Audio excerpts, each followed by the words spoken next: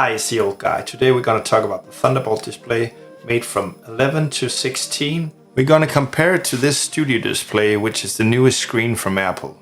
And I'm going to show you why most of you probably should buy this Thunderbolt display used instead of the new Studio display. The biggest reason is the price. This Studio display is $1,600. Let that sink in. And now look at this setup I have. All on this desk that I'm showing you now is $1,600, including the MacBook. But it's not just the price. This old Thunderbolt display has advantages compared to the Studio display. I know the Studio display beats it in many areas. You'll be surprised of how similar they fare. You'll need this adapter to make it work, but when you got this, it's just as seamless, and you will not get some of the freeze-ups you get with other screens not from Apple. Combined with one of these Thunderbolt docks, like this OVC Thunderbolt 4 dock I use, you'll have all the ports you need and you'll be able to only connect your Mac with one cable. And here are the prices. The Thunderbolt dock for $220. Maybe you can find it on sale for even cheaper.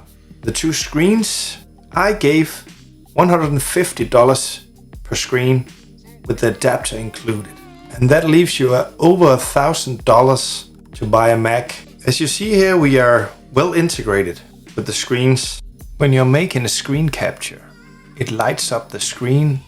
And when you set up the screens, you can set them up seamlessly in the display settings. As you see here, when you open up your Mac, you can set it up at 3 screens.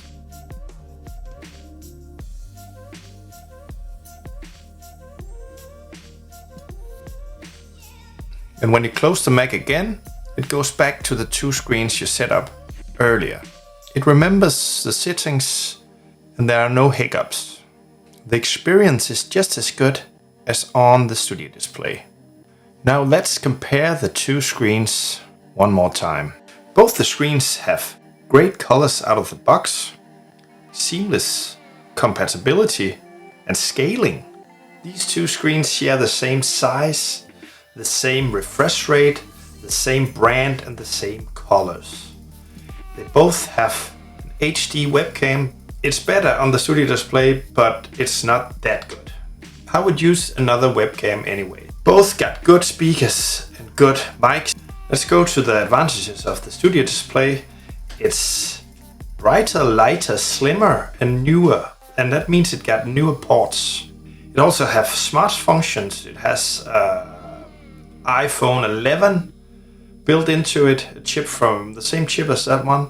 Might as well do that from your Mac, right? So that's not important to me, but it might be to you.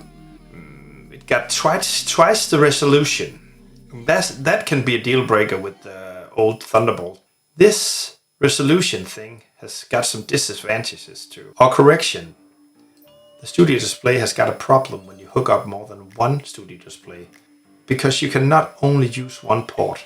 The Studio display has got 5K resolution and the Thunderbolt 4 connection only supports one 5K monitor. 4K monitors are bad at scaling.